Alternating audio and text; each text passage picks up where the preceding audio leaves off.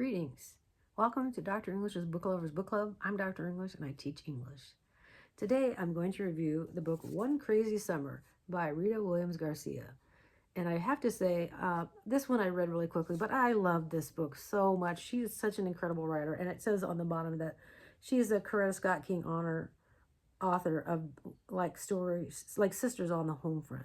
Well, this One Crazy Summer, I think it's been made into also been made into a graphic novel, but I chose to do just the original version of it, and I'm glad I did. Now I can look forward to getting a copy of the graphic novel. But if you are a fan of history, this book, you will love this book because it talks about Delphine. It's through Delphine's point of view, and she's the oldest of two. There's three girls, and this is the story about one crazy summer. Her father, they live in Brooklyn with their big mama and their papa, and he wants to send them to Oakland to see their mother, who her name is Cecile. They call her Cecile. They don't call her Mama because when Fern was born, she left the girls. And Delphine remembers more. Vonetta is the second one, and she doesn't really have any memories of her mother, but Delphine does. And Delphine holds a huge grudge against her mother for leaving for obvious reasons. And she, explains to them. It starts out when they're on the plane, going to Oakland. They've never been on a plane, and they're unaccompanied minors.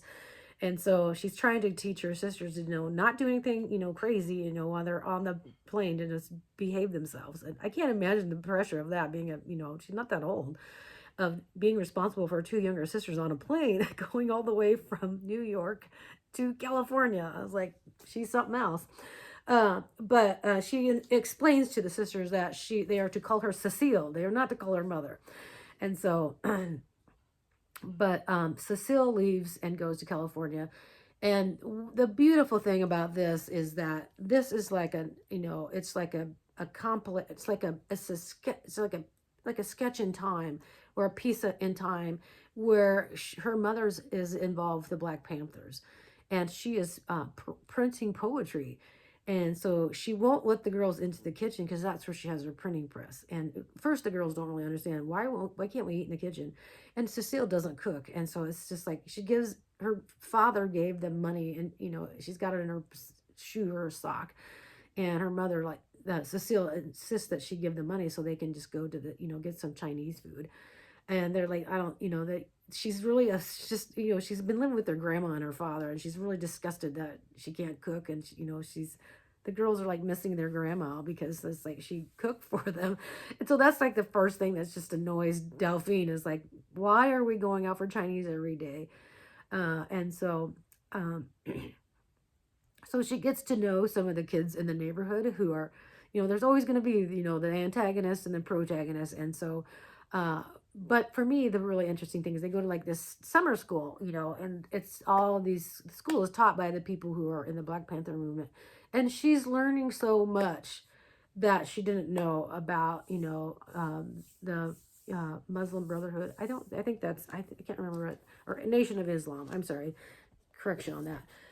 And so there's a lot of information, so to me, like, this book is just like wonderfully written and wonderfully, shows like no, not like in a historical, in a history book where it's just facts. This just brings to life like the emotions of the time and the people and what maybe they faced. And so that, in that regard, I just thought this was just so wonderfully done. And the dynamics of this relationship with Cecile, like having three girls, she hasn't been a parent for a long time.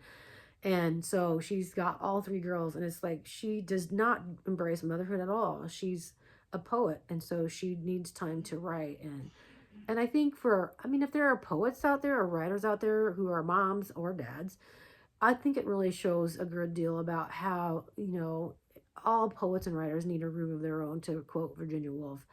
And so it was fun for me as a professor and a writer to like understanding, you know, Cecilia's need, that she needed that time to craft her art. And but there, there's always that sense of, if you're a parent too, it's always like, how much time can I devote to this? And she chose to go and devote her, her life to that.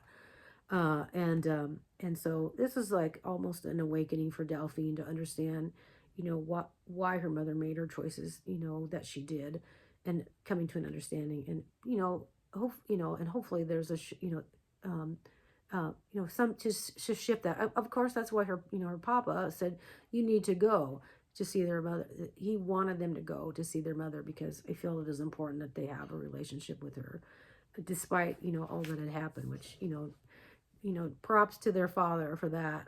And so it's just a beautifully written book, and you really understand something about the past. And I think I would definitely like just I just think it's just something that you could use in your history, and as a piece of history.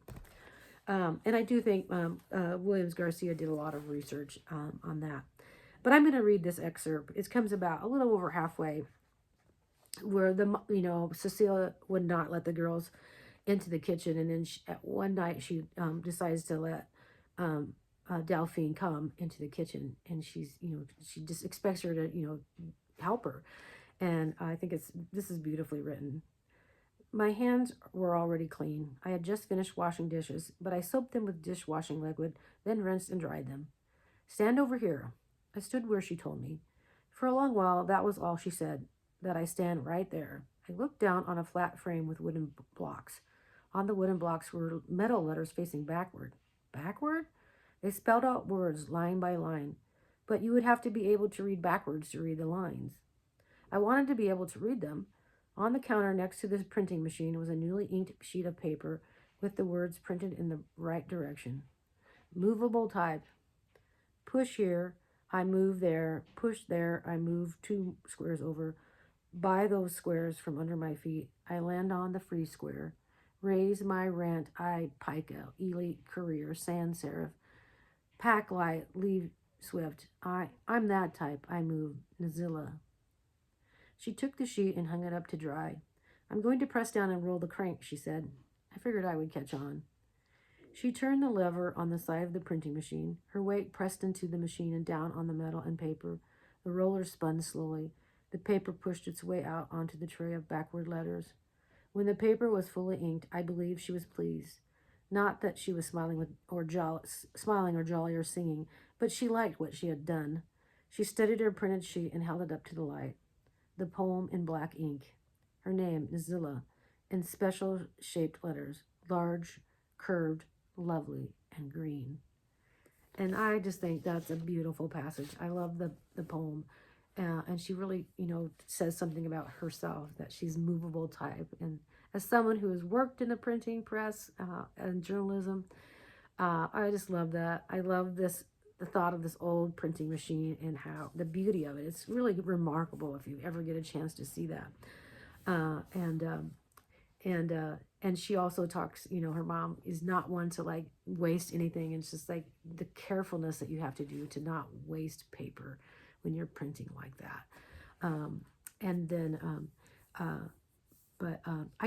don't want to give any spoilers away, but there's also this kind of undercurrent of, the precariousness of being in a movement like they're in. And so the girls learn something about, what it is to resist too. So, and I think that's a good lesson for us in this day and age to understand what the implications are. So for my pre-service teachers, I think this book should be, like I already mentioned earlier, I think if you're teaching a history class and you're talking about civil rights movement, and I think, if you're a history teacher, you should have the kids take the time to read this book, to give a real slice of what it was like to be in that movement, and to have, the emotion and the perspective of Black people. All over the country, people, might read this in a suburban area, and they don't really understand the Black Panther movement based on the facts that are in history books. This might give them a better idea of what it meant to the people who were in it. And so I definitely would teach it like, the side by side, talk to the history teacher if you're a language arts teacher, and maybe you can make a connection, teach it together, teach a unit together. But yeah, definitely, I would say more middle school, because it's written like she's about that age. So I'd say middle school. It'd be great to do this as a book club. It'd be great to do it as a whole class book. Definitely a book club, or definitely have it on your library. I think students, and talk about it. Do a book talk about it. So students might pick it up off the shelf and read it. So it's just, I really did enjoy it. So 2 thumbs up, 5 stars for One Crazy Summer. Thank you for joining me. I'll see you next time. Bye.